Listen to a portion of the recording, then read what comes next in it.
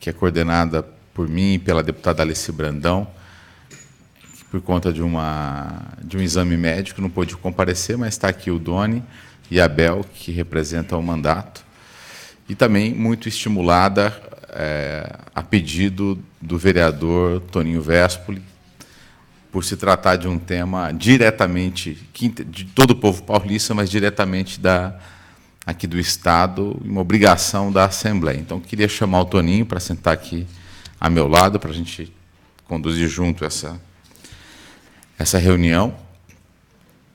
Tem uma pouca participação, mas aqui é o primeiro passo para a gente tomar pé, fazer um registro, um testemunho aqui oficial na Assembleia, e depois tomarmos alguns encaminhamentos e algumas medidas.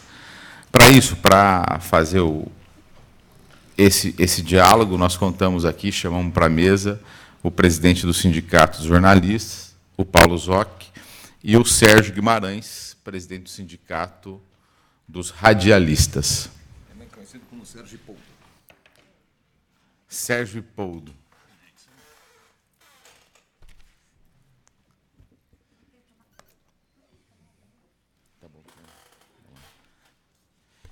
Então, nós vamos abrir com as falas aqui da mesa e, em seguida, a gente abre o diálogo.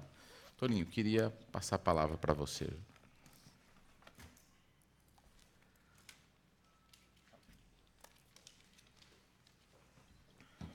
Bom, boa noite a todos e a todas, né? Eu acho que como o deputado Rilo acabou colocando aqui, eu acho que esse é um primeiro passo, né? Eu acho que o desmonte, né, da TV Cultura não é uma novidade, né? O desmonte já está acontecendo há muito tempo. É uma política de desmonte, inclusive, da TV Cultura como uma TV, né, pública, mas que, mesmo com toda a precariedade de recursos, conseguia fazer programas de excelente qualidade, né? Mas o desmonte só não acontece na TV Cultura, né? Tem uma política de desmonte do Estado, né? Desculpa, só fazer uma correção, que a gente é muito cobrado lá pelos trabalhadores, rádio e TV Cultura, porque tem duas rádios, né? Então, o pessoal fica muito chateado quando a gente só fala TV Cultura. É a mesma coisa. E também está sucateada, né? Quando a gente discute a questão da educação, a gente costuma falar, os professores, e aí os outros servidores da educação também cobram isso. Mas são a grande maioria, mas cadê os ATS, cadê os outros servidores, né, os AVS e tudo mais? Mas, às vezes, é até um erro de costume de linguagem nosso, né? Mas eu vou apontar algumas coisas aqui, que eu acho que, pensar no desmonte da TV Cultura, temos que pensar no desmonte um pouco no geral, né? O desmonte do Estado de São Paulo não é fruto da inépcia ou incompetência, né? Antes de tudo, é uma política aplicada pelos tucanos à frente do governo do Estado há 22 anos. Ou seja, essas políticas são deliberadas, né? Basta ver, por exemplo, as políticas também implementadas pelo prefeito Dória. São decisões políticas, as políticas de desmonte, porque existe um modelo de Estado a ser implementado e os tucanos fazem isso aqui no Estado há 22 anos, né? Então, na cultura, isso não é diferente. Com o governo estadual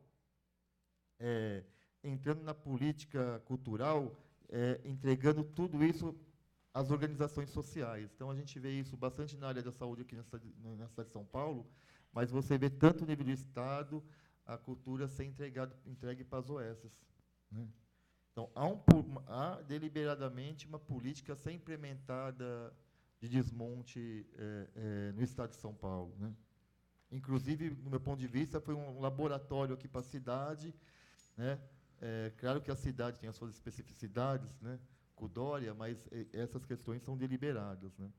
Então, eu acho que não é demais, né, lembrar que os tucanos, à frente do governo federal, ó, entre 95 e 2002, aplicaram radicalmente o espaço de renúncia fiscal como principal inditora da política cultural, ao passo que negligenciaram a regulamentação de outros dispositivos que não tinham incentivo fiscal o seu principal mecanismo de funcionamento. Quer dizer, o governo federal, com algumas leis, Rouanet e outras, aplicam esse tipo de política para atrair o financiamento da cultura, não como uma política de Estado e um dever do Estado para ter dinheiro no seu orçamento, mas tentando captar dinheiro do poder privado, mas a custo de renúncia. Né? Sobre as gestões tucanas, seja na União, no Estado, a política cultural adotada transformou o poder público num repassador de recursos à iniciativa privada, seja pelos contratos com organizações sociais, seja com a adoção de incentivos fiscais como mecanismo indutor da política. A cidade de São Paulo, hoje, repete a agenda tucana para a cultura, com congelamentos e cortes na cultura, que atingirão, sobretudo, as periferias, uma vez que várias políticas públicas incidem nas áreas periféricas da cidade. No caso aqui de São Paulo, privatização de bibliotecas, de centro cultural, sucateamento da EMIA, né, que é a Escola Municipal de Iniciação Artística, os pontos de cultura, desmonte de política de fomentos e uma série de coisas, isso é importante nós refletirmos, né? Porque é a mesma coisa, essa semana eu estava, Rilo, na discussão, inclusive tinha assessor seu lá, na discussão do desmonte do HU. Né? Então, assim, querem desvincular o HU da USP para quê? Para passar para a OS. Então, assim, isso que acontece na Rádio TV Cultura, isso que acontece no HU, isso que acontece na cidade de São Paulo hoje, no Estado, é uma política deliberada, simplesmente para pegar os nossos impostos e passar para a iniciativa privada e ela fazer o gerenciamento. Né? E que eu falo que é um grande equívoco isso, porque isso não é um projeto. Né? Isso, você simplesmente passar o seu gerenciamento para organizações, isso é um modelo de gerenciar o Estado. Você pode concordar ou não, mas isso é uma forma de gerenciar o Estado. Gerenciamento do Estado não é o projeto. Você tem que ter um projeto e você escolhe a forma de gerenciar. O que eu estou querendo falar com isso?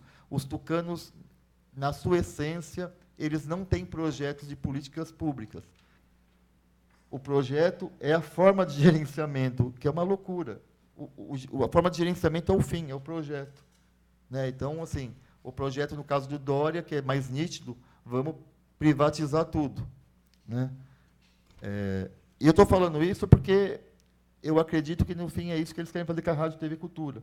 É o desmonte, desmonte, desmonte, até o momento que fala, olha, não tem muito mais o que fazer com isso, e aí deixa, né, só as nossas concessões do governo federal, que tem dado para a iniciativa privada, para eles fazerem aquele tipo de programa que é bem questionável a sua qualidade. Né? A situação da Rádio TV Cultura é um exemplar do quão danosa pode ser a política de desmonte e sucateamento dos equipamentos públicos. De público na Rádio TV Cultura atualmente, só há o repasse das verbas feitas pelo governo. Há indícios de um pequeno grupo que se beneficia da instituição para fins políticos e pessoais.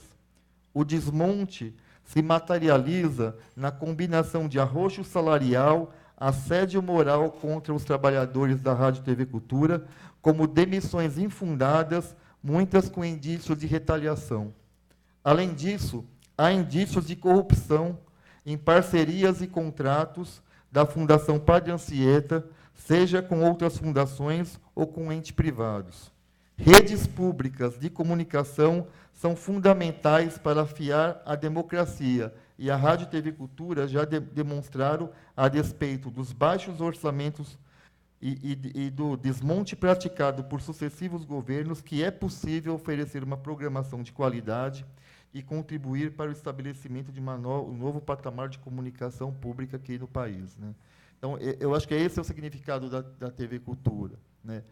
Mesmo com toda essa situação, ainda produzir conteúdos de qualidade. Né? Então, acho que é por isso que eu acho que a gente tem que refletir muito nesse dia aqui sobre ela e os caminhos que nós vamos seguir para não deixar que esse desmonte continue e que, aliás, que reverta, que a gente consiga mesmo ter orçamento para fazer ela cada vez né, uma rádio, uma TV de qualidade para toda a cidade de São Paulo, para o Estado.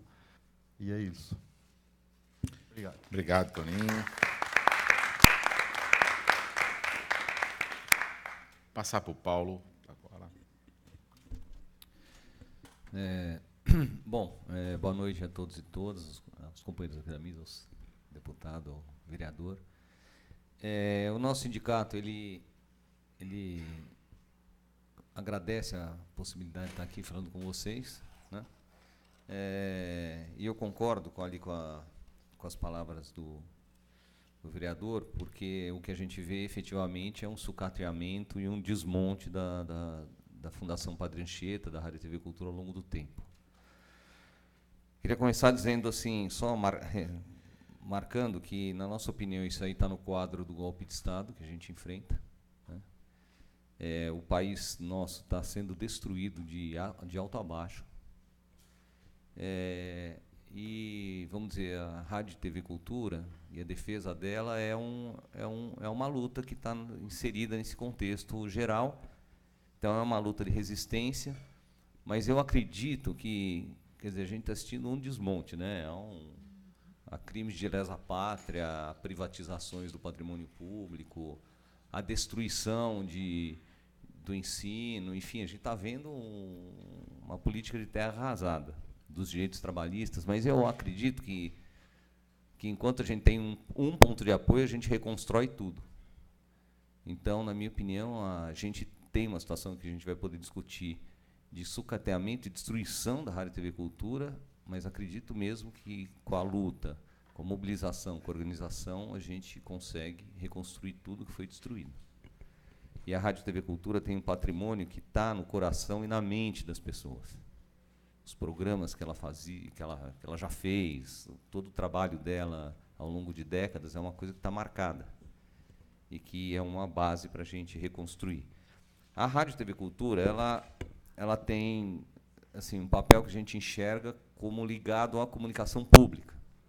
Então, o que acontece? A Constituição brasileira, ela prevê que a comunicação ela se dá em 3 esferas: na esfera privada, na esfera estatal, que é diretamente os canais ligados aos poderes de Estado, né, Executivo, Legislativo e Judiciário, e o espaço da TV pública, que o melhor exemplo foi a construção da EBC no governo do Lula, que foi o passo mais avançado na via da gente ter um canal, né, uma emissora que ocupasse o espaço da comunicação pública. A Rádio TV Cultura, ela, de certa maneira, também ocupa esse espaço, e, sobretudo, pela sua produção, sobretudo pelo seu trabalho. Ou seja, é um papel educativo, ocupa um papel educativo, um papel de valorização da cultura, ou seja, um papel cultural importante de resgate da cultura popular e de, vamos dizer, ser um canal de difusão de manifestações culturais, e um papel informativo. E o que é fundamental é que esses papéis se dão por fora dos interesses diretamente comerciais das emissoras de TV. Então, aqui você tem um espaço de comunicação não comercial, né? Nesse sentido, uma comunicação que pode estar diretamente vinculada aos interesses da população, da grande maioria trabalhadora da população do Estado, do nosso Estado e, no sentido mais geral, do Brasil. Bom, o desmonte e o sucateamento da TV Cultura é uma política deliberada dos governos, sobretudo a partir dos governos tucanos, dos anos 90 para cá. O que acontece? A TV Cultura é uma emissora, né, Rádio TV Cultura, ela tinha mais de 2.000 funcionários há 20 anos atrás. E ela, nesse momento, tem 800 e poucos funcionários. Então, ela vem sendo gradativamente desmontada, as pessoas sendo demitidas, a capacidade de produção dela vem sendo reduzida gradativamente. Isso corresponde também a uma política de privatização. Por quê? Porque você deixa de ter capacidade de produzir os seus próprios programas e passa a comprar programas produzidos por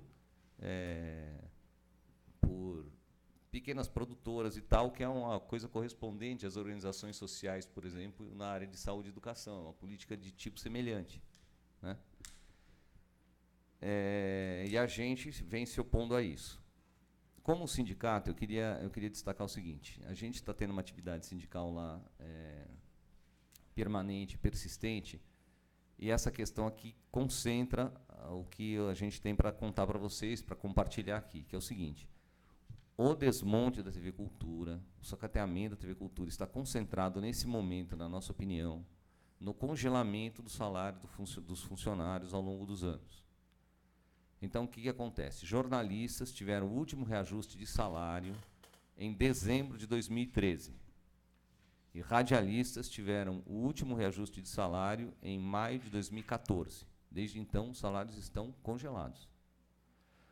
Se vocês considerarem que o grande patrimônio de uma emissora de rádio e televisão é o material humano, são as pessoas que trabalham lá, é o conhecimento delas, é a experiência que elas acumularam ao longo dos anos, são as fontes e as relações que elas têm. É isso que é o grande patrimônio, né, de uma TV pública, de uma rádio, de uma TV pública, ou qualquer que seja a rádio e TV.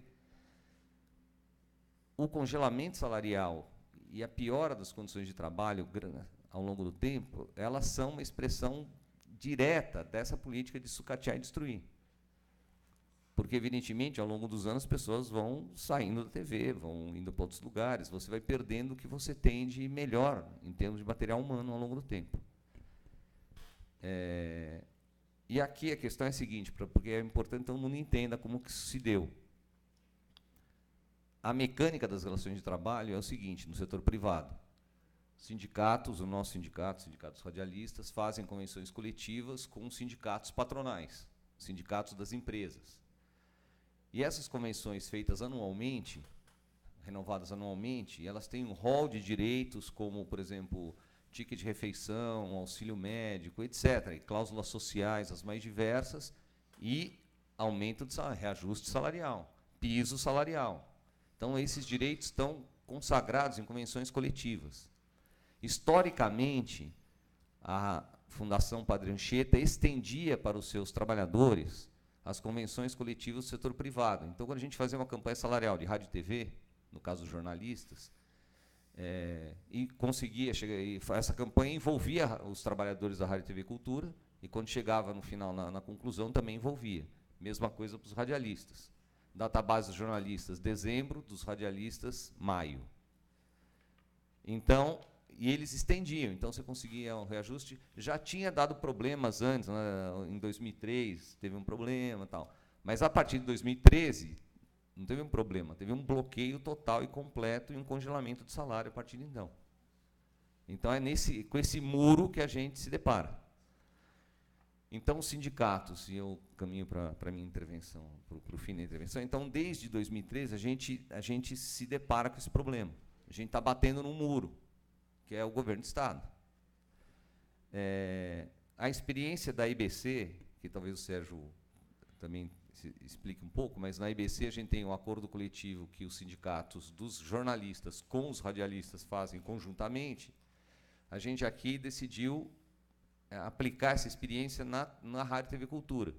E no ano passado, 2016, a gente começou uma campanha conjunta dos dois sindicatos, se dirigindo à emissora, pedindo a correção dos salários pela inflação com aumento real e pedindo uma convenção coletiva que junta, na verdade, as duas categorias. A Fundação Padre Anchieta se opôs a negociar isso, disse que tinha uma proibição, que ela não podia. E a gente disse muito claramente, que é o que eu digo para vocês, digo para os nossos parlamentares aqui presentes, é uma situação inaceitável que um conjunto de trabalhadores não tenha com quem negociar o seu salário. Porque a situação que a gente estava é que a gente não tem interlocução para negociar com ninguém. Então, os trabalhadores não estão na iniciativa privada, então não dá para negociar com o sindicato patronal, e tampouco podem negociar com a Fundação Padre Anchieta. Então, ele negocia com quem? Com o Divino Espírito Santo? Então, é uma situação que é um direito básico, que a gente possa negociar com alguém, sentar na frente de alguém e negociar o troço. Então, é essa questão que a gente colocou para a Fundação Padre Anchieta e para o Governo do Estado de São Paulo.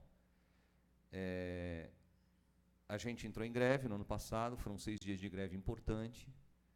A partir daí, a Justiça consagrou o direito que a gente tivesse um acordo coletivo, mas não deu o que era o fundamental, que eram as cláusulas econômicas. A gente tentou aqui na Assembleia Legislativa no ano passado, fizemos toda uma movimentação aqui para que o orçamento fosse emendado, mas tem um bloqueio no Palácio dos Bandeirantes, com qualquer tipo de emenda de reajuste salarial. Então, também nos deparamos nesse sentido com um bloqueio. O nosso sindicato teve uma audiência com o governo do Estado para tratar da questão da violência ao jornalista.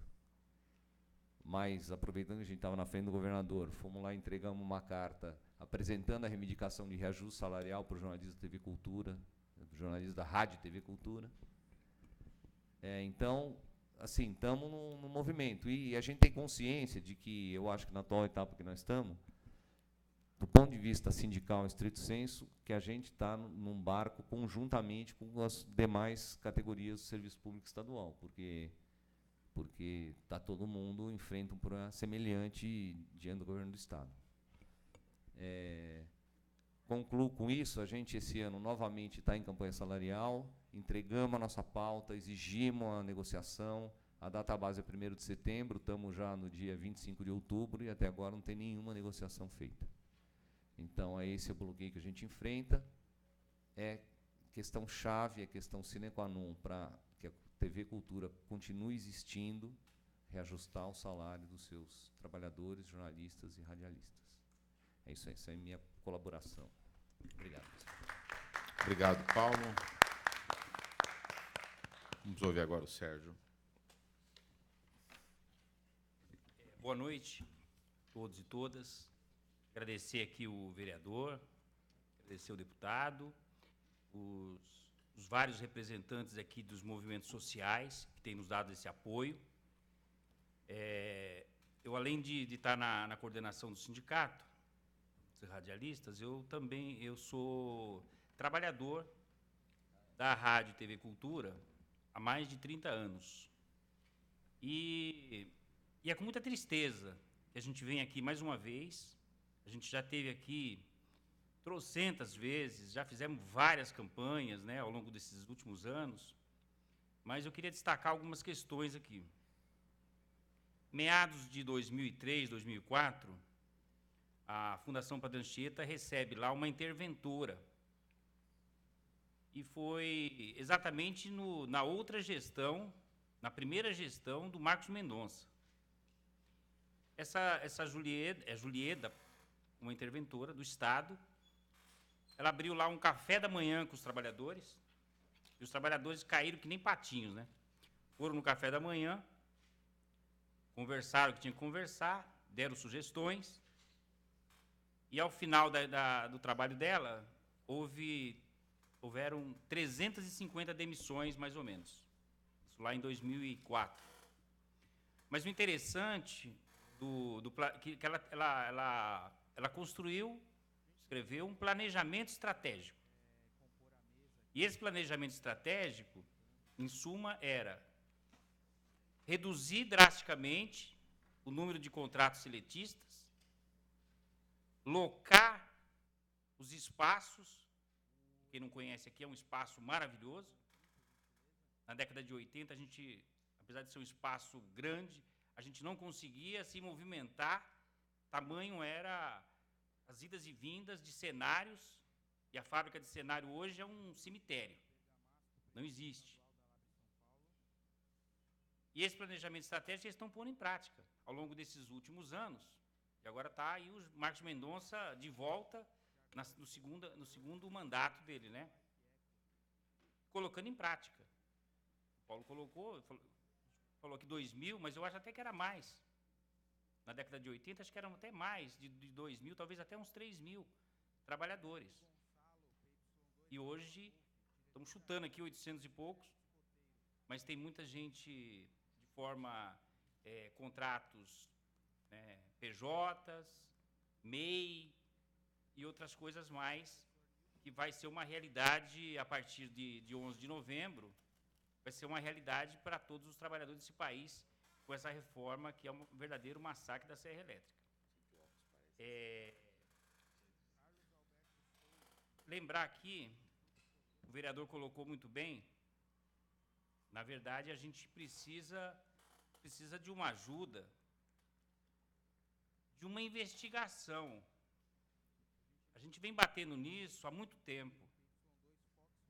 A gente colocou, uns anos atrás, uma denúncia para o curador das fundações, que, aliás, é o mesmo cara há trocentos anos.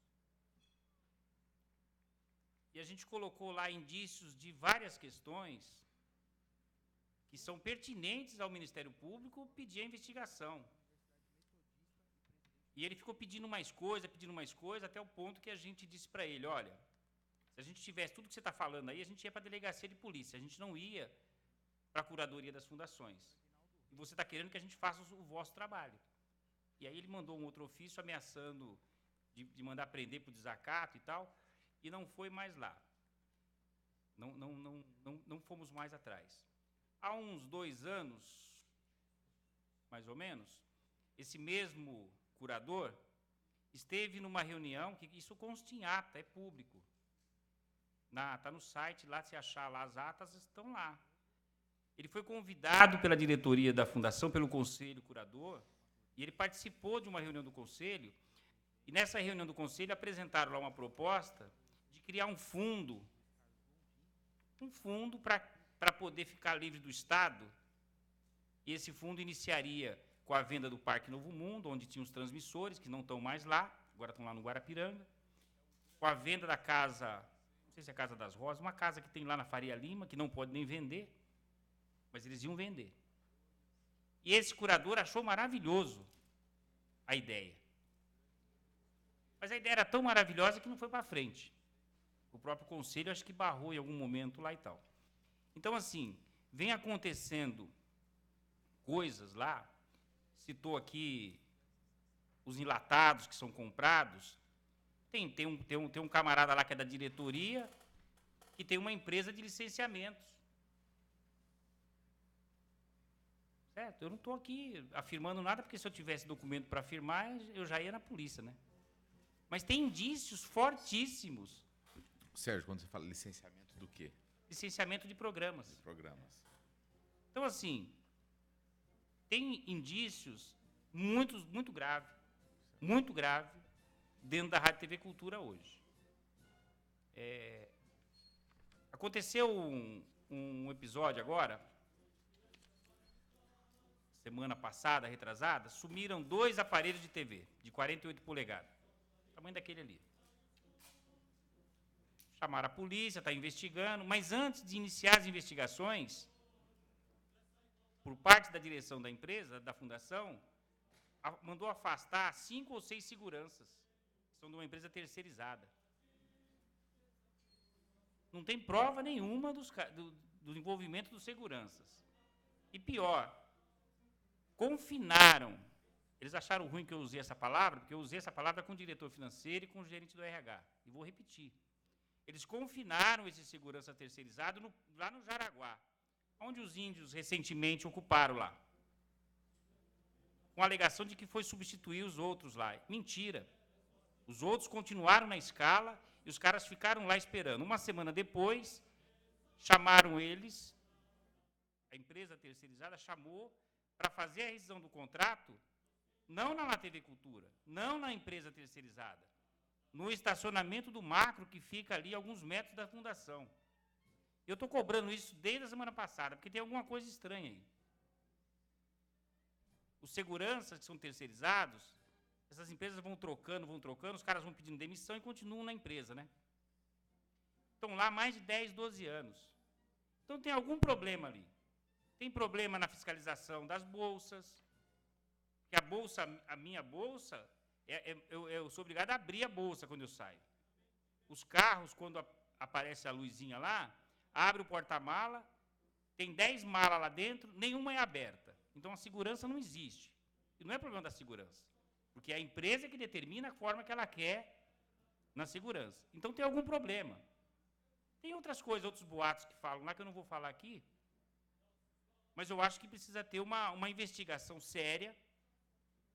CPI, e de CPI aqui é meio chover no molhado, né? Vamos dizer assim. Mas a gente precisa de ajuda.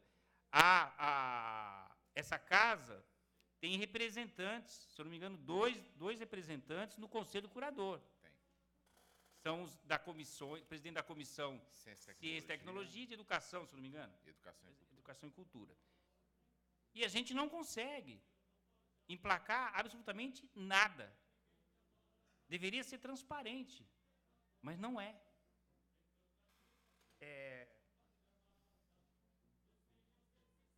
Da questão da IBC que o Paulo colocou, a gente faz a discussão lá com 8 sindicatos e mais uma comissão de empregados. E a gente está tentando essa metodologia lá. E eles não aceitam. Então, assim, a gente está aqui mais uma vez pedindo socorro mesmo, porque vai acabar. As rádios e as TVs, né? Porque você tem a TV Cultura, você tem a TV Rá-Tim-Bum, você tem a TV Univesp, e você não tem transparência nos contratos. Faz uma propaganda da Audi no Jornal da Cultura, e você tem um diretor que vai cada dia com um Audi de uma cor diferente.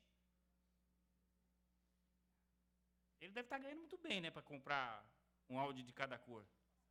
Então, assim, são coisas que as pessoas estão lá assistindo.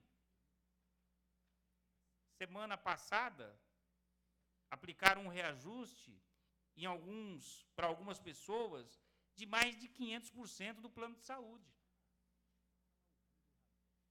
Mais de 500% em alguns casos. Porque a pessoa que não pagava nada passou a pagar R$500, é 500% de aumento. Não é isso? Não pagava nada, passou a pagar 500. É mais ou menos isso, né? Então, tem muitos problemas lá. As formas que são contratados, a gente está na porta lá, a gente vê. Hoje mesmo encontrei um ex-diretor de jornalismo lá da Fundação. E aí, está fazendo o quê aqui? Agora eu sou produtor independente. E vários outros são assim. Passaram por lá, fizeram o que fizeram, né? E voltam agora para... Então, não é uma falácia. Porque é o que eles dizem lá. Vocês estão falando, os sindicatos ficam gritando aí, o desmonte, e aqui está em pé ainda. Mas está em pé de que forma, cara pálida? Eu estou sem reajuste há 4 anos. Os diretores acho que vão muito bem. E, para terminar, saiu há pouco tempo atrás, e ninguém explica por quê. Porque lá é assim, tinha um diretor lá, que ninguém sabia de onde veio. Eu fui pesquisar, há uns 4 anos, 3 anos atrás. Fui pesquisar. A primeira, você coloca no Google, aparece um monte de coisa, não é verdade? A primeira notícia que apareceu do camarada, que agora eu não estou lembrando o nome dele, era o seguinte, é um jornal acho que dos metroviários, dizendo assim, diretores do metrô enriquecem ilicitamente. E o nome dele era o primeiro. Quando eu comecei a falar sobre isso nas assembleias e tal, e a gente até fez greve naquela época, misteriosamente o cara pediu demissão. Sumiu, ninguém sabe onde está. Agora, mais recente, saiu um outro diretor financeiro, também de forma misteriosa.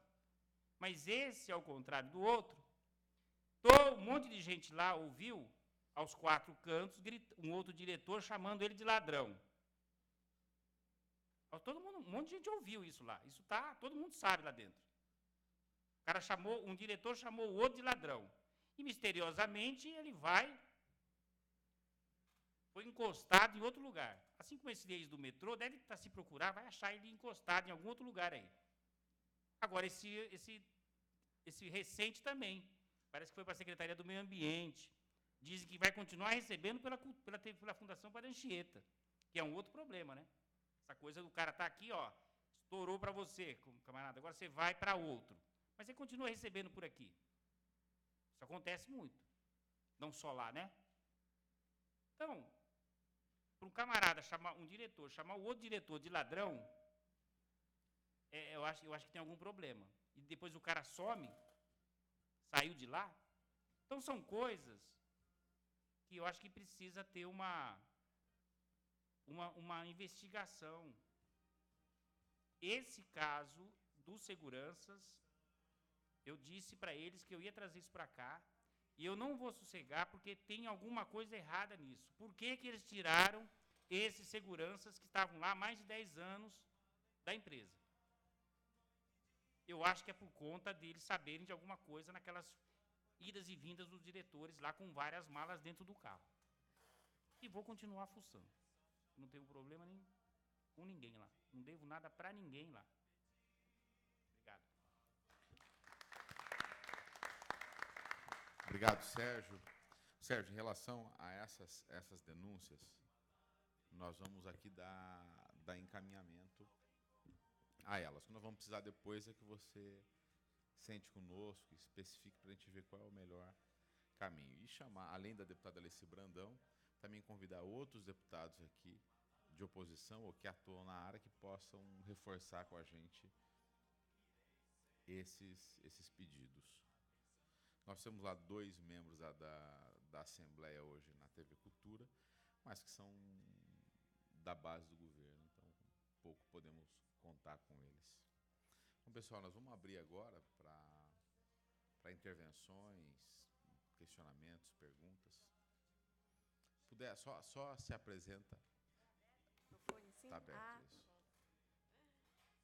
Boa noite a todos e todas. Meu nome é Renata Miele, eu sou coordenadora geral do Fórum Nacional pela Democratização da Comunicação, sou aqui do Centro de Estudos da Mídia Alternativa Barão de Tararé e também da Frente Paulista em Defesa da Liberdade de Expressão e do Direito à Comunicação, que é o comitê do FNDC aqui em São Paulo, né? Eu acho muito relevante e queria saudar a iniciativa do deputado Rilo e da deputada Alessi de chamarem essa audiência pública. Não é a primeira e eu temo que, infelizmente, não será a última, né? Já são muitos anos que a gente vem lutando em torno da defesa da TV Cultura, da tentativa de enfrentar o desmonte que a TV Cultura vem sofrendo, principalmente na gestão tucana, né? Como já foi dito aqui, isso não vem de hoje, isso já remonta a mais de 2 décadas. E, por um lado, se a gente olhar qual era o projeto inicial lá em 2002, 2003, talvez não era nem mais para a TV Cultura existir, né? Se ela ainda existe, ainda que de maneira precarizada e com um desvio muito flagrante das suas funções de comunicação pública, é porque há ainda uma resistência da sociedade e é fruto de um processo de produção relevante que a cultura conseguiu construir ao longo da sua história, né? Ela se transformou em um patrimônio relevante da sociedade paulista e a sociedade paulista reconhece a necessidade de defender a TV Cultura, né? Então, para além de tudo que já foi dito aqui, eu queria lembrar algumas questões que aconteceram nesse processo e chamar atenção para algumas questões mais recentes, né? Primeiro, lembrar que, dentre todas as questões trabalhistas, de redução da capacidade de produção dentro da TV Cultura, e de terceirização da produção, né, que é um debate que a gente tem que fazer, eu acho que permanece a questão do desvio de função da atividade jornalística com a questão do TV Folha, né, que é uma questão grave que a gente já denunciou há muito tempo.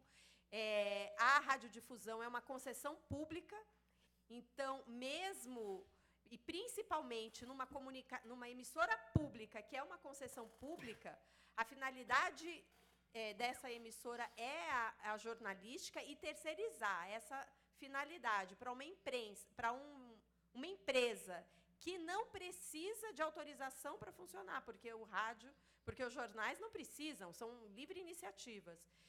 É um absurdo isso, entendeu? E a TV Cultura escreve lá, nós não nos responsabilizamos pelo conteúdo. Quer dizer, isso é um absurdo que a Assembleia Legislativa deveria questionar isso, né? Então, acho que essa é uma questão que continua e que a gente precisaria questionar.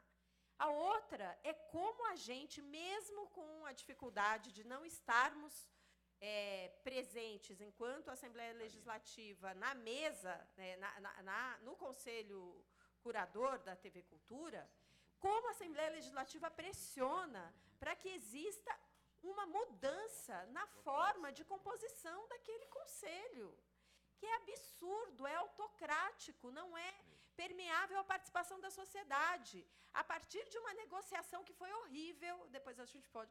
Eu fui candidata, foi uma luta, né, Serginho? Porque o Belisário topou, falou, eu só topo assinar uma candidatura se for ou você ou o João Brant, na época, porque ele nos conhecia da luta da TV Cultura e tal, foi uma relação que a gente acabou estabelecendo, mas era absurdo. E a gente conseguiu, por participar como candidata, ter acesso aos outros candidatos. O currículo dessas pessoas, gente, sem demérito nenhum para a pessoa individualmente. Eu sou amiga da dona Ruth Cardoso. Isso é currículo, não tem nenhum processo transparente, público. A Assembleia Legislativa deveria se manifestar publicamente sobre isso, como é composto o Conselho Curador da TV Cultura, que não é republicano, não tem nenhuma transparência. E, por fim, acho que a gente tem que se manifestar muito grave, muito veementemente com relação aos vários casos de violação à liberdade de expressão e censura que estão em curso no âmbito da cultura. Teve agora, e o Fórum Nacional pela Democratização da Comunicação denunciou isso no âmbito da sua campanha, que é a Calar Jamais, o caso da censura à banda Láfia, que foi lá. E outros casos. E como está havendo um aparelhamento do jornalismo para defender exatamente o golpe em curso no nosso país. E essa agenda retrógrada de retirada de direitos, esta não é a função de uma comunicação pública. A função da comunicação pública é dar espaço ao contraditório. É prestar um serviço à sociedade que é distinto da comunicação comercial. Então, acho que, para além de toda a agenda legítima, fundamental e importante para a defesa da TV Cultura, que é a agenda da defesa e da luta dos trabalhadores, é preciso a gente incorporar essa longa agenda, porque a TV Cultura é da sociedade paulista. E ou a gente compreende isso e enfrenta essa situação, ou a questão só vai piorar, né? Então, eu não sei se a gente pode pedir, como Assembleia Legislativa, a gente já discutiu isso em outras assembleias, em outras audiências públicas, como a de 2015, a de 2012, enfim, houve outras, mas pedidos de informação, chamar aqui o presidente do Conselho Curador da EBC, para discutir com ele mecanismos de transparência, né, na gestão do Conselho Curador, na eleição do Conselho Curador, a gente, mesmo sem estar presente lá dentro, criar mecanismos de sermos mais proativos, no sentido de tentar, minimamente, criar, pelo menos, um constrangimento para a forma como as coisas são conduzidas dentro daquele espaço que é público e não privado, não é um café da manhã para amigos, como tem sido no último período. Obrigada. Obrigado, Renata. Renata, já aproveito aqui para me desculpar. Você deveria estar na mesa conosco. Nós nos atrapalhamos aqui na composição. Companheiro, pode falar. Bom, boa noite a todos e todas. Eu sou Neto Duarte, sou militante da cultura, faço parte da Frente Única de Cultura, de um coletivo cultural da Zona Leste, Simbiose Urbana. E hoje estou no mandato do Toninho Vespoli, fazendo esse diálogo aí com os coletivos culturais da cidade. Bom, é desanimador todo esse relato que a gente ouviu hoje, né? Só que eu vou partir da minha fala aqui, uma frase que o Paulo falou e que nos dá essa esperança, né? Porque por tudo isso, por todos esses anos que a TV Cultura vem passando e se ainda está de pé, mesmo dessa forma precária, é que mostra a força que tem, né? Que é esse ponto de apoio.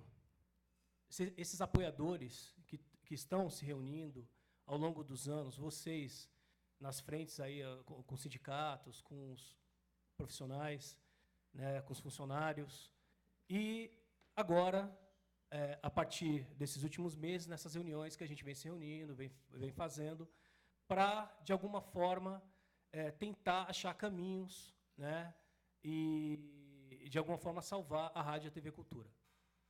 Bom, também não é diferente do que vem acontecendo hoje aqui na cidade de São Paulo, né, com esse tal secretário de Cultura, mas aí tem diferenças, né? A gente sabe que é uma política neoliberal, que foi anunciada pelo prefeito, e é bem diferente do que acontece na TV Cultura, que a TV, há anos, desde os anos 90, está à disposição, a serviço de um único partido político, que está fazendo disso, né, da TV Cultura, o seu bel prazer, vem se aproveitando há anos da TV e sucateando, né, programas, e aqui eu vou bem na parte cultural da TV, né? O que foi feito com o jornalismo na TV Cultura, nesses anos todos, né? Aí você pega o Roda Viva, por exemplo, descaracterizou o programa completamente, né? A imparcialidade, que é a alma do jornalismo, hoje, a gente não vê na TV Cultura mais, né? E isso, a gente está falando desde os anos 90, que piorou ainda mais pós-golpe, recente agora, né? Então, eu fico me perguntando aqui, né, quando a gente vê todos esses relatos, esses congelamentos de anos dos funcionários, quando o custo de vida aumenta a cada dia, né, como esses funcionários que ainda restam na TV conseguem levar programas com quadro assim reduzido de funcionários, né? A gente sabe que tem programas que estão sendo tocados com 4 funcionários apenas, não é? E aí é uma pergunta que eu deixo aí para os companheiros: como a gente consegue furar essa blindagem do PSDB no Estado? Porque aí a gente está falando também do jurídico, né? A gente está falando aqui de como as pessoas também não sabem, a população não sabe o que vem acontecendo com a TV Cultura, né? Eu acho que aí a gente pode, como militantes, levar essa mensagem, né? E como fazer isso? Com atividades. Eu acho que, hoje em dia, na cidade, os coletivos de cultura já deram recado. Desde o começo do ano, na militância aqui da cidade, fazendo enfrentamento contra esse atual secretário de Cultura. Eu acho que a gente pode pegar esse exemplo e também fazer essa soma, nesse momento, chamar essa atenção para a TV Cultura. Entendeu? Então, e só para fechar minha fala, a gente está vivendo um momento agora que a gente já sabia, ao longo dos anos, que não é de agora que o pessoal lá da direção queria tirar um programa cultural, periférico, feito por gente, pelos pretos mesmo, né? Uma programação voltada com um viés na periferia, que é Humanos e Minas, né? E quando foi agora, recentemente, eles demitiram um dos diretores do programa, né? Então, era a gota que faltava para esse desmonte ser completo. Então, da nossa parte, eu acho que a gente tem que fazer uma grande campanha nas redes sociais de militância para que esses funcionários, que os sindicatos, o que está acontecendo com a TV Cultura seja ouvido, que a sociedade saiba o que está acontecendo, porque não sabe. Então, esse é o primeiro ponto. E outro ponto fica aqui para casa, né? Como a companheira já citou aqui, como que a gente pode estar articulando para que essas perguntas sejam respondidas? Porque até então eles estavam nadando de braçada, né? Seria o caso numa CPI? Né? Então, isso eu deixo a pergunta aqui para casa, parabenizar todos aí, e esse é só o começo, né? Que essa frente aqui se fortaleça cada vez mais e a gente consiga dar respostas, e principalmente os funcionários da Rádio TV Cultura esperam. Muito obrigado. Obrigado. noite a todos e a todas. Fui citado aqui pelo meu companheiro Neto. Eu estive à frente do Humanos e Minas durante 9 anos e meio, demitido de uma forma bem estranha há quase 2 meses. Mas eu não estou aqui para falar só do meu caso, não, e sim da TV Cultura. E vou pegar a fala do Paulo, que é a história do sucateamento da TV. E eu acho que fica muito claro nessa sessão aqui, você contar quantos funcionários da TV Cultura estão aqui nesse momento, né? Você tem funcionários totalmente desmotivados, totalmente sem esperança, sem acreditar em nada, totalmente desanimados, né? Eu acho que a greve que nós fizemos no ano passado, ela foi uma greve muito forte, uma greve muito bonita, e que no final do ano todo mundo já tinha esquecido, e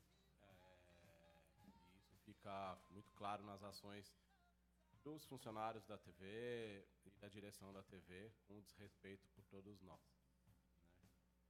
né? A gente tem que estar aqui hoje mostrando para vocês e para todo mundo o que está acontecendo na TV, porque muita gente não sabe, muita gente liga a televisão e acha que está tudo acontecendo de uma maneira muito fácil, e não é verdade. Eu posso dar o exemplo do desmonte, eu posso falar do programa que eu fiz. Quando eu entrei, nós éramos uma equipe de 14 funcionários. Hoje, com a minha saída, ele é um programa feito por 3 pessoas, né? Durante esses anos todos, eu vim acumulando função, não por querer abraçar o programa, mas se eu não acumulasse essa função, o programa acabava, né? Humanos e Minas, eu uso uma frase do Racionais MCs, que é um grupo de rap muito conhecido. Eu falo que ele é o efeito colateral que o seu sistema fez. Ele foi um programa criado pela TV Cultura e que a TV Cultura hoje não sabe lidar com ele, né? A TV Cultura, ela não sabe lidar com o povo preto, com o povo periférico e com um programa como esse. É um programa que incomoda e está sempre ali, tipo, batendo de frente com eles. Quando, em 2010, ele incomodou muito, o programa terminou e voltou, né, no grito, voltou na manifestação da rua, porque ele é um programa da rua, ele é um programa da periferia, e a periferia pediu para o programa voltar, e esse programa voltou. E até hoje eles não sabem o que fazer com o programa. E isso está muito claro nos anos de 2010 para cá, o que foi acontecendo. Eu acho que você pode pegar Humanos, eu acho que principalmente a rádio. É uma pena que não tem ninguém aqui que está no dia a dia da rádio para falar um pouco da rádio, porque assim, se a televisão, cultura está ruim, a rádio está muito pior, né?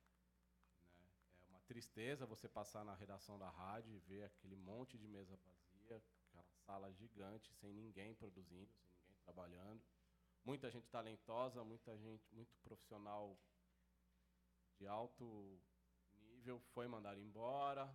Quem acaba ficando na rádio ali são os parentes, enfim, são as pessoas indicadas, e é uma tristeza, porque assim como a TV, a rádio também tem uma importância muito grande. Então eu acho que assim, a TV está morrendo, a TV está descendo uma ladeira sem freio, e a gente precisa gritar, as pessoas precisam saber o que está acontecendo lá, né? Então o apoio de vocês é muito importante para mostrar para a sociedade o que está acontecendo, porque se ninguém souber e ninguém ver o que está acontecendo lá, uma hora a gente vai acordar e não vai ter mais a TV Cultura. Isso é uma pena. Obrigado. O Elcio, depois o Doni. Boa noite para todas e todos. Sou Elcio, assessor do deputado João Paulo Rilo. Eu tenho participado de várias conversas que antecederam essa audiência, e a gente vem discutindo diversas questões de como a gente conseguiria encaminhar essa luta de forma mais efetiva com uma participação popular maior. Porque nós sabemos não só da blindagem do governo, mas dos ataques que agora nós estamos no pós-golpe num período diferente, né? Que é deixar de só blindar e começar a atacar aquilo que incomoda as mentes mais conservadoras e o domínio do tucanato aqui no estado de São Paulo. Então, eu não acho que nem a discussão de MAN, nem a discussão de farinata, nada disso é por acaso. É tudo meio planejado. Eles vão fazendo gradativamente ataques para ver até que ponto eles vão. Então, a gente veio conversando, junto com o Neto, com o Arilton, com o Zeca, com o Carlão, de que forma a gente poderia tornar esse debate um debate para toda a população do estado de São Paulo. E eu fiquei pensando um pouco nisso, conversei até com o Zeca, antecedendo aqui, que nós precisamos de questões concretas, porque como a cultura vem sendo atacada há tanto tempo, a rádio, a TV Cultura há tanto tempo, e já tiveram diversas lutas, vitórias e derrotas, nos últimos períodos mais derrotas que vitórias, a gente precisa pegar alguma questão que sensibilize a população para essa causa. E eu queria propor uma coisa concreta, que a gente conseguisse fazer alguma campanha de abaixo-assinado, pedindo a volta de alguns programas que a cultura teve, vinculando isso com a atual situação. Por exemplo, está tendo a exposição no Castelo Rá-Tim-Bum, que o Carlão, inclusive, soltou o nosso grupo. Vamos fazer abaixo-assinado lá. Se a gente tivesse abaixo-assinado lá, falando de todo o desmonte que está acontecendo, do reajuste, da questão do aparelhamento, a gente vai conseguir sensibilizar com um panfletinho, ó, pessoal, está acontecendo isso, entra numa página, a gente centraliza as informações numa página do Facebook, com uma campanha Salve Rádio, TV Cultura, grava vídeos com essa população na rua. Que programa você lembra da cultura que você gostava de ver que não tem mais? Começa a vincular, porque nós precisamos de alguma coisa para chegar na população. Essa é uma angústia que nós estamos sofrendo nessa conjuntura, né? A gente vai para a rua, entre os nossos, mas as causas que valem a pena, e essa causa é uma causa que vale a pena, para o futuro do meu filho, que acabei de ter um outro agora, eu queria que o meu filho tivesse a programação que eu tive quando era criança, como eu consigo lutar para que isso acontecer? Então, estou propondo uma coisa concreta, a gente tentar fazer esse vínculo. É o Castelo Rá-Tim-Bum, é o Cocoricó, que programa mais que tinha que a galera curtir, além da manutenção daqueles que existem. Manos e Minas é um debate que entra um público muito específico da periferia. A gente estava aguardando, né, Zeca? Se essa colocação seria feita por você, porque eu acho que é importante você colocar isso. Eu acho que está aí uma luta imediata. Se o Zeca não tiver de volta na TV de forma legal, de forma conversada, nós temos que ter uma campanha para a redimissão do Zeca, porque o Zeca é a alma do programa. Portanto, na verdade, não é uma questão só pessoal, é uma questão de manutenção de um programa, que é importante para o público que não tem isso na TV aberta. Então, eu acho que nós temos que pegar coisas concretas e trabalhar. São lutas de médio e longo prazo, são lutas difíceis, mas são as que a gente consegue, talvez, envolver a população, sensibilizar a população do Estado e aí ter resultados diferenciados. Porque a gente sabe, o ano que vem é ano eleitoral, vai ter eleição de deputado. A única forma de sensibilizar, Rilo e Toninho, que são parlamentares, os nossos deputados aqui, ou vereadores, não muda isso, é fazendo pressão política num ano que eles precisam de voto. Então, nós podemos aproveitar esse momento. Porque o ano que vem é um ano que poucos políticos querem contrariar a sua base eleitoral. É a base aqui do Alckmin, que aqui é base de governo, ela vai ser pressionada se a gente conseguir sensibilizar a população. Então, acho que nós temos que conseguir fazer esse rompimento entre aquilo que nós acreditamos, sabemos que é justo, mas que não chega, né? A população precisa saber o que está acontecendo. Olha aqui, ó, se você quer o programa de volta, fique sabendo que ela vai acabar. Nem esse aqui que você gosta, esse outro, vai ter mais. Então, vamos aqui assinar, fazer um abaixo-assinado, enfim, vamos ver que forma jurídica a gente consegue fazer isso, usando aqui a Assembleia, além de tudo que já foi dito pelos outros companheiros. É isso que eu queria propor. Doni. Muito bem. Está saindo? Tá? Então, boa noite, né? Cumprimentar o Rilo, o vereador Toninho, o Paulo e também o Serginho. Nós temos aí participado de algumas ações, né? Já há algum tempo, né? As denúncias estão sempre vindo à tona. A justificativa aqui da ausência da Alessi, já feita pelo Rilo, né? Todo o mandato lá da Alessi. E acho que a gente, o Rilo falou bem, que nós estamos aqui num momento de resistência. Então, longe de desanimar, é importante a gente saber o estágio que nós estamos. É um momento muito difícil. Mas que é importante a gente sempre fazer a denúncia, não se calar diante desse atropelo que o governo aqui do Tucunaré tem proporcionado ao Estado de São Paulo, usar as ferramentas que nós temos, né, acumular força, para que o momento é difícil, mas nós vamos superá-lo. Lembrar também desse dia de hoje aqui, 42 anos do assassinato do nosso jornalista da TV Cultura, o Vladimir Herzog, né? Então, hoje é uma data importante também para que a gente faça uma grande reflexão dos tempos difíceis que parecia ser superados por nós, né? E parece que eles vão ressurgindo para nós no dia a dia. Mas é algo que a gente deva ter como estímulo para seguir em frente, para que, mesmo que a reunião tenha pouca participação, pouca gente, mas que isso seja estímulo para que a gente permaneça na luta, acumule força, faça denúncia, né? E que nós vamos superar esse período tão difícil que nós estamos vivendo aqui, não só em São Paulo, mas também no Brasil. É isso.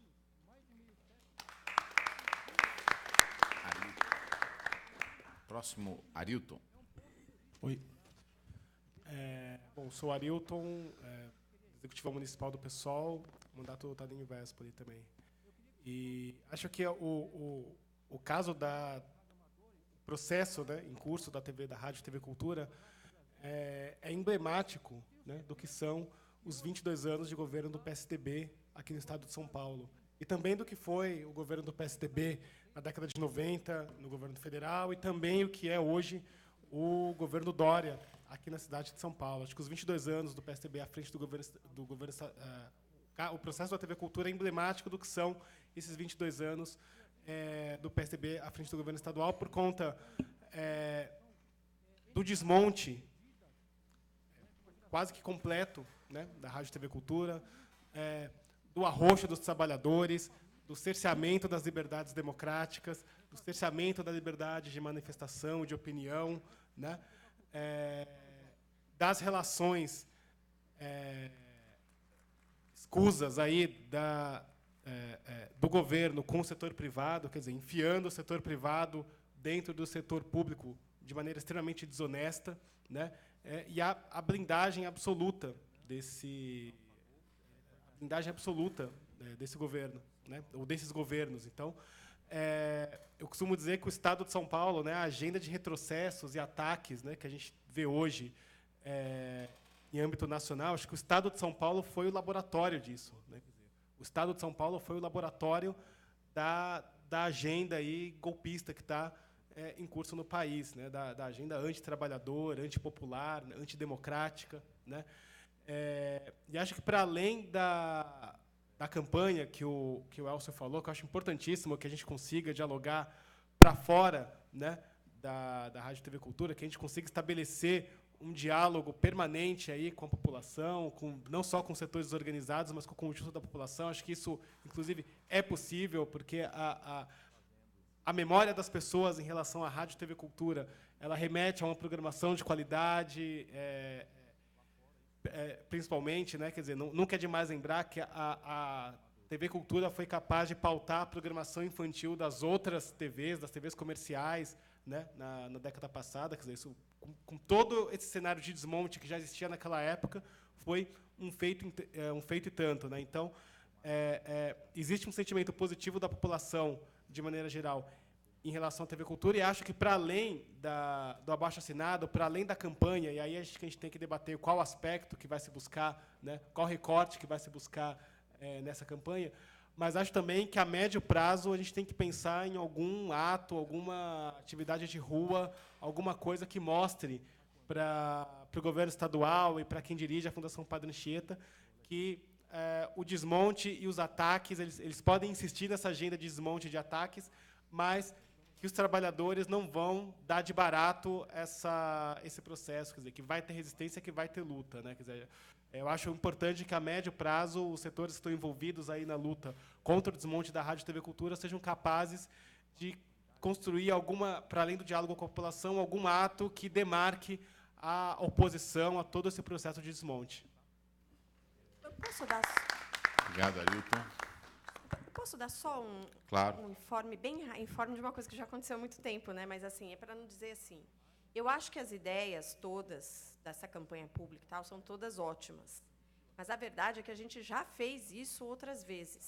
Então, por exemplo, nós fizemos uma campanha que é Eu Quero a TV Cultura Viva, que a gente pegou depoimento em vídeo de artistas, que a gente fez um abaixo-assinado que, na época, chegou a ter 120 mil assinaturas em defesa da TV Cultura.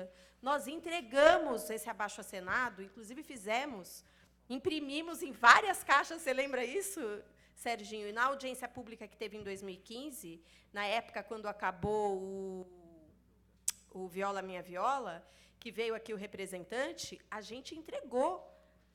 Fizemos questão de imprimir no papel. Então, assim, eu acho que tudo isso é importante, mas eu acho que a gente precisa resgatar, só para a gente não começar do zero. Né? Então, porque a gente já tem vídeos, com essa abordagem aí, aquele abaixo-assinado, nem sei porque estava no Avaz, né? Então eu precisava buscar aquele link que já tem um número de assinaturas. A gente fez atividades de rua interessantes. Então, eu concordo com tudo isso. Só dar esse toque que a gente já começou esse trabalho para a gente não sempre começar do zero. Né? E acho que ver como a gente consegue, esse é sempre um desafio, o envolvimento dos funcionários. Isso sempre é um desafio. Né? Porque, enfim, a gente só consegue envolver os funcionários quando a água já bateu na bunda e já era. Né? Então, esse é um... Por quê? Porque é lógico, o pessoal tem medo de ser mandado embora. Então, também tem o problema da sobrevivência pessoal, não é o caso de condenar a pessoa, né? Mas o que a gente tem visto ao longo dessa história, sem querer ofender ninguém, é que assim, os funcionários vêm para a luta depois que eles saem da TV. Então, como fazer com que os funcionários que estão na TV participem efetivamente dessa luta? Esse é um grande desafio, né? Obrigado, Renata. Paulo.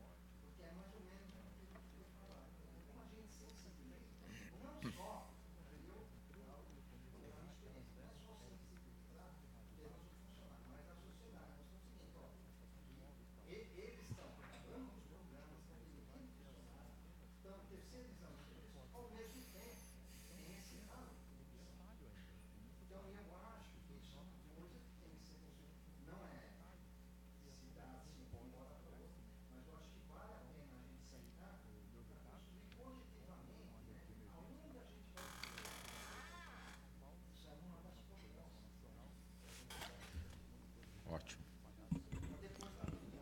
Tá legal. Mais alguma fala, gente? Nós vamos... Boa noite. Eu sou o Lucas. Queria só reforçar tudo que foi dito como um filho da TV Cultura. Eu tenho 25 anos e eu cresci assistindo os programas da Cultura. Então, isso me moldou muito como eu sou hoje, sabe? Cocoricó, para os desenhos. E até hoje, como músico, vendo na Cultura uma espécie de oásis na TV, né? Um dos poucos lugares onde você pode levar um tipo de arte que não é não é a música hegemônica ali do mercado, onde a grana está. Então, quero reforçar e me colocar à disposição e trazer outros artistas que eu conheço, outras pessoas que podem somar na luta, para fazer isso crescer, pegar isso que já tem de material e fazer a cultura poder voltar a ser o que foi um dia, o que era que eu via quando criança. Enfim, é só reforçar isso e me colocar à disposição. Obrigado, Lucas. Pessoal, nós vamos retornar aqui para considerações e encaminhamentos. Assim, fazer também uma rápida fala. Por mais que a gente soubesse do que aconteceu, foi importante essa audiência, porque acabou dando um choque aqui, pelo menos em mim, que tenho a obrigação de agir. Militei muito tempo na Comissão de Educação e Cultura, fui do conselho da TV Cultura, criei fortes brigas ali, e depois saí, mas fiquei um período curto que assumi a liderança da bancada e tive que deixar a comissão e tive que sair do conselho. Eu acho que tudo vale, o Elcio falou, da abaixo-assinado, a Renata completa, que vamos recuperar, tudo vale, mas tenho pouca esperança nesse momento que a gente consiga grandes mobilizações em relação a esse tema. A gente vive num país em que, num golpe continuado, com retiradas de direitos, e a gente não consegue mobilizar por coisas talvez mais sensíveis ao cotidiano das pessoas. Então, para a gente só não criar uma expectativa que vai se frustrar depois. Mas eu acho que vale. Acho que o mais importante é pelo menos da nossa parte, que foi o apelo que os sindicatos fizeram, que o Toninho fez, e a Renata também colocou, é uma forte artilharia institucional que nós nunca fizemos. Nós nunca fizemos aqui.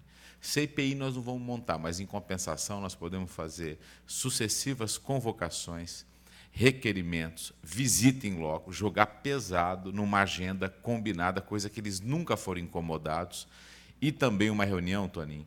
Eu acho que a gente tinha que ir no Ministério Público, eu, você, chamar outros deputados, outras figuras públicas, com o sindicato, pedir urgentemente uma audiência com o procurador-geral para passar a situação. Nós nunca fizemos essa ofensiva. A verdade é que a gente dá tiros dispersos.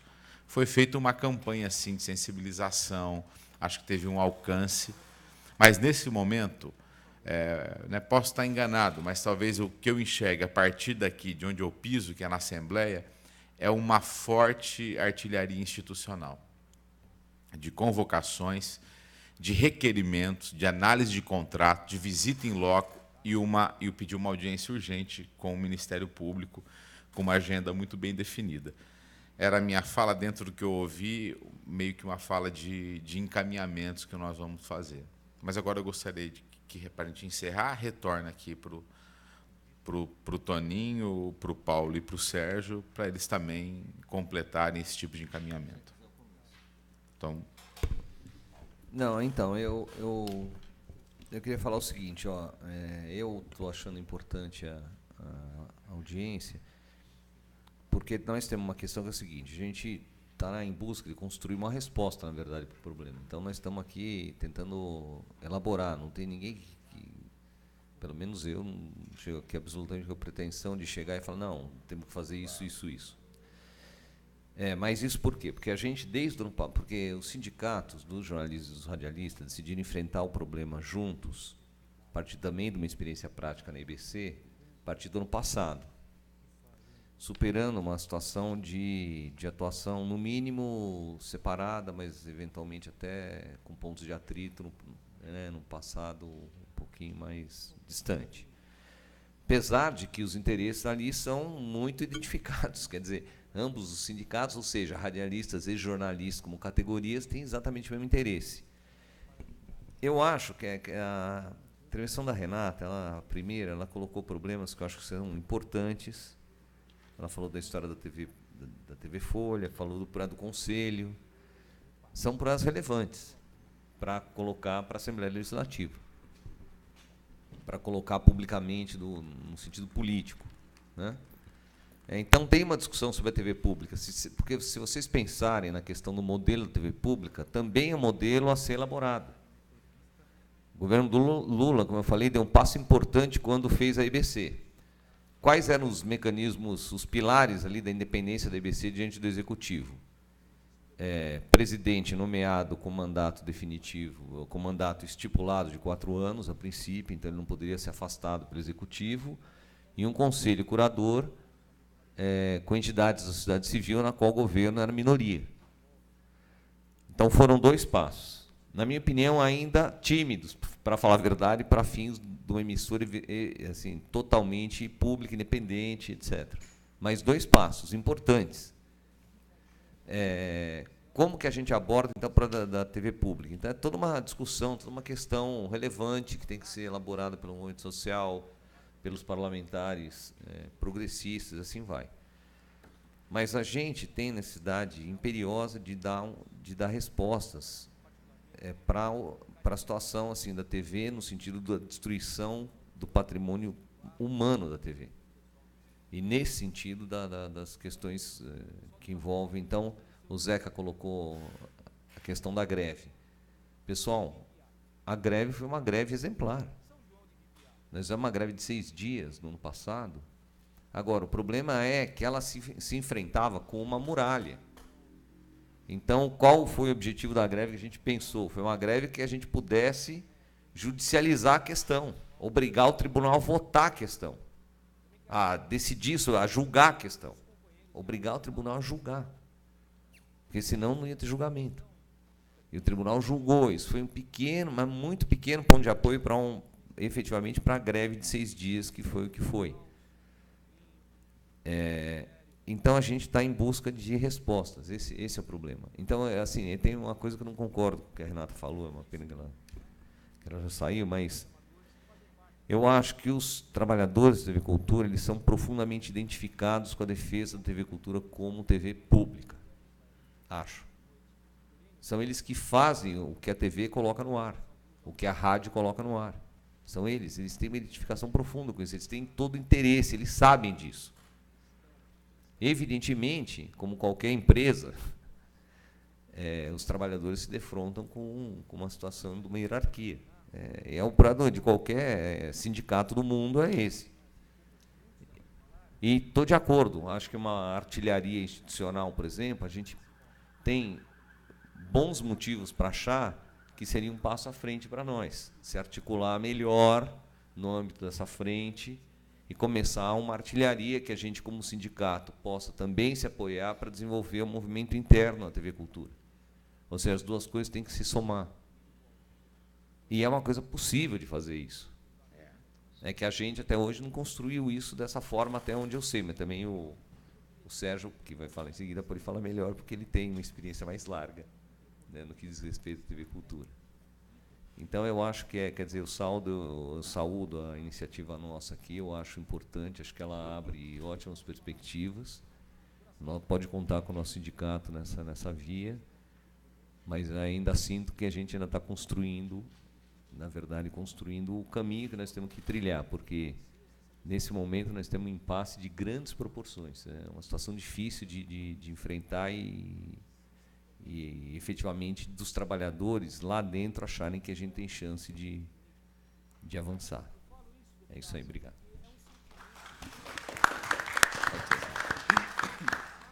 Olha só, eu estava aqui lembrando, e aí o companheiro que chegou agora ali, o Deganello, pode ser que ele lembre também. Na década de 80, foi encomendada uma pesquisa na comunidade Heliópolis, aqui em São Paulo, década de 80. E a maioria das pessoas responderam o seguinte: adoro a TV Cultura, porque os meus filhos ficam em casa, enquanto eles não vão para a escola, eles ficam assistindo a TV Cultura. E além, claro, deles aprenderem alguma coisa, eles não vão ficar perambulando na rua. Mas o mais importante para a gente, no caso os pais, é que, ao chegar do trabalho, não tinha o apelo das crianças pela sandalinha da Xuxa, pelo brinquedo da coisa e tal. Por que eu estou dizendo isso? Lembrando disso. Porque, ao nosso ver, se o governo do Estado, o governo municipal, o governo federal quer uma rádio, uma TV pública, o financiamento tem que ser público. Não dá para acender duas velas. E isso foi aí que a Fundação Padre Anchieta começou a degringolar. E, infelizmente, como a gente está acompanhando as discussões da IBC, eu já escutei essas histórias nos corredores. Hoje, para vocês terem uma ideia, o maior volume de recurso dentro da Rádio TV Cultura é privado.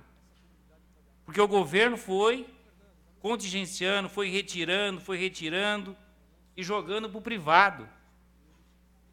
E aí eu quero aproveitar para lembrar também de uma outra peça que se encontra lá na direção da TV. Quando começou essa história de propaganda institucional, não tinha um departamento de marketing na TV. E tem um cidadão que hoje está lá no comando da TV, que tem 4. É uma quadrilha, né? 4 é quadrilha, né? Faltou falar desse.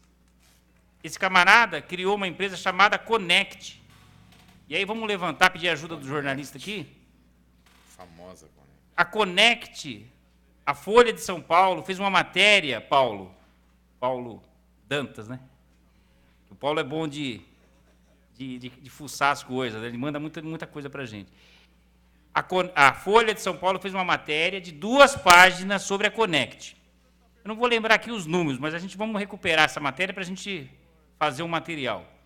Enquanto no mercado as TVs, as rádios e TVs pagavam lá em torno de 10% para essa empresa captar propaganda, essa Connect cobrava 30%, 35%.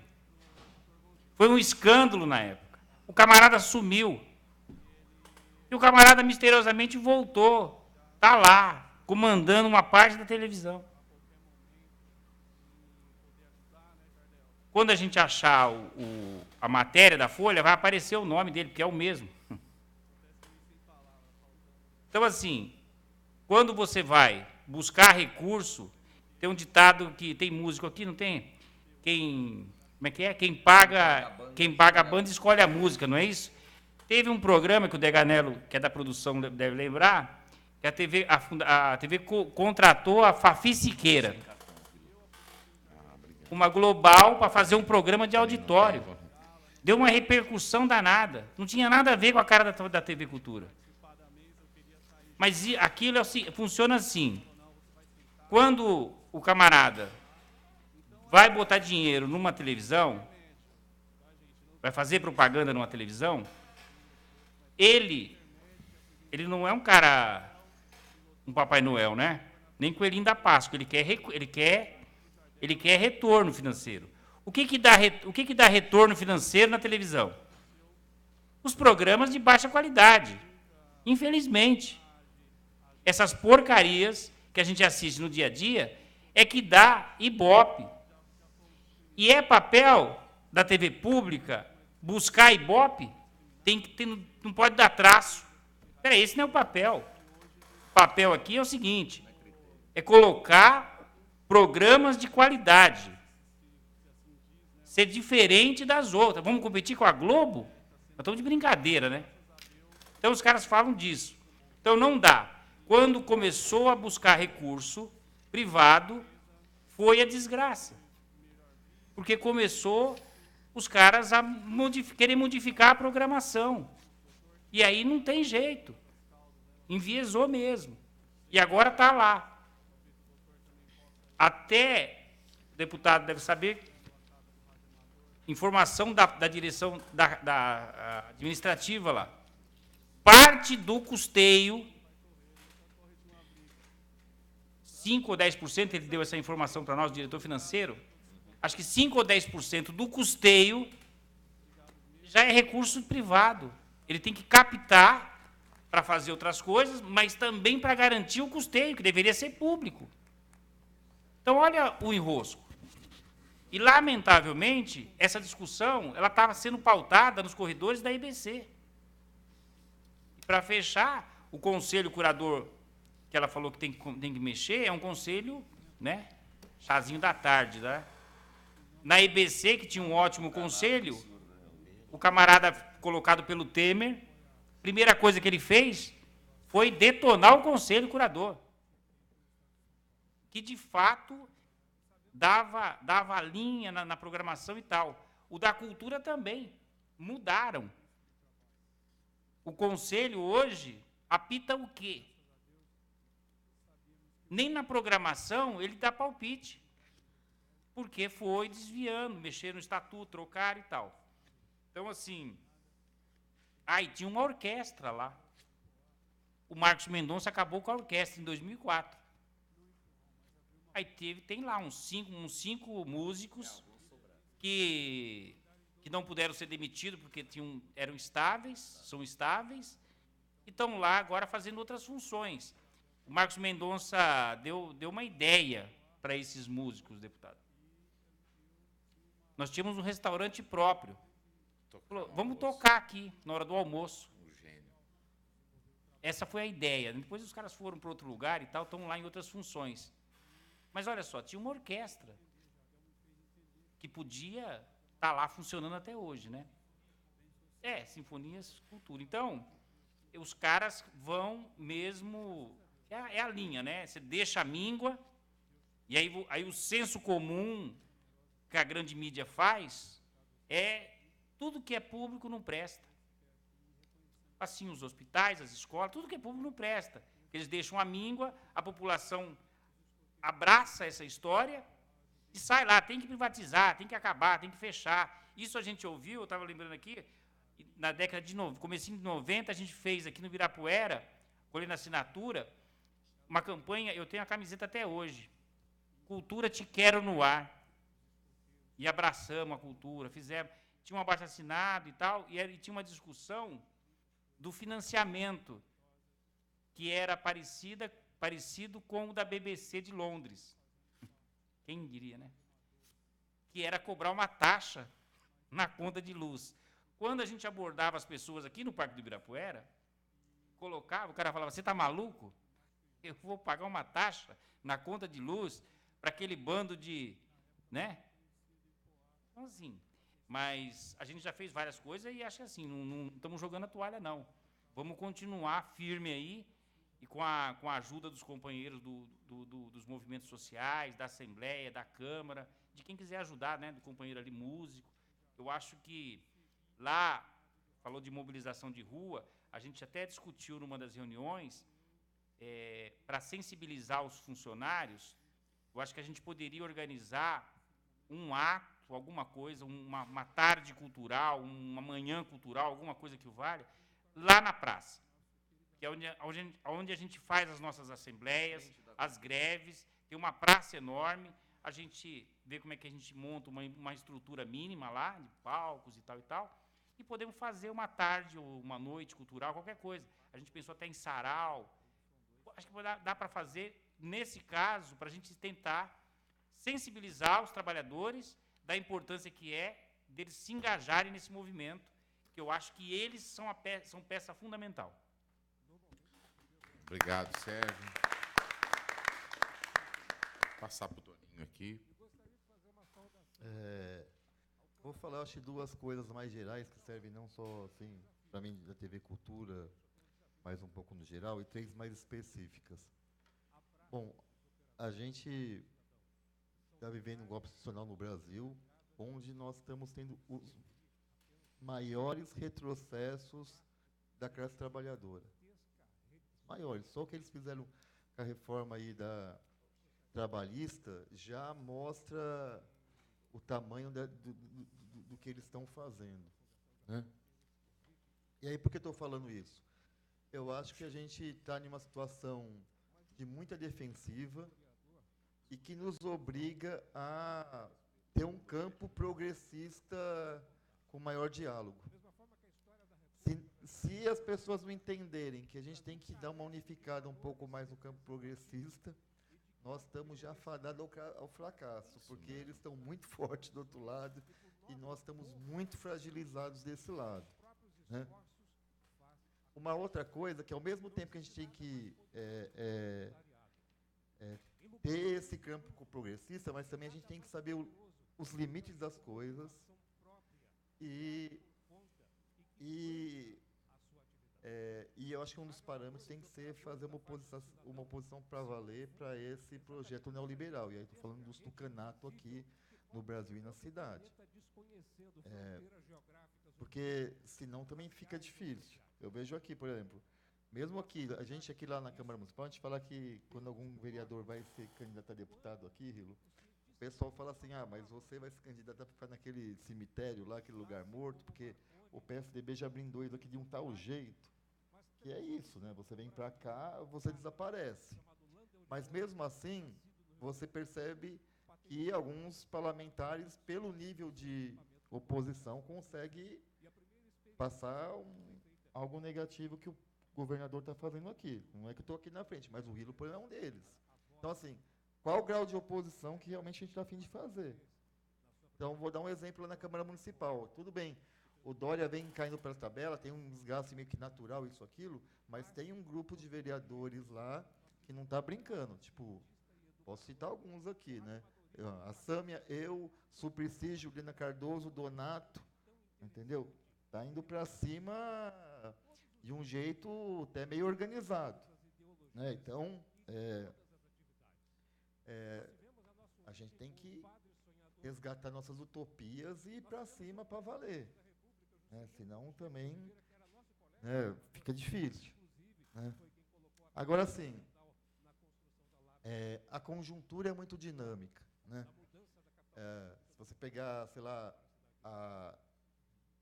2 anos atrás, o ano passado, tudo que a gente entrava no Ministério Público, porque era o governo do Haddad, no caso, lá na coisa municipal, o Ministério Público ia para cima. No começo do governo, que a gente colocou muita coisa no Ministério Público contra o Dória, quase nada ia para frente. Só que agora, com a divisão da direita, depende do promotor que você pega, a maioria ainda é muito alquimista, mas também a gente ainda já percebe que lá também está dividido. Não é só o parlamento que se divide, a direita se divide, as instituições da direita também se dividem. Por menos que minoria, que possa ter o Dória mais simpatia, mas depende com quem você conversa, o negócio começa a vingar.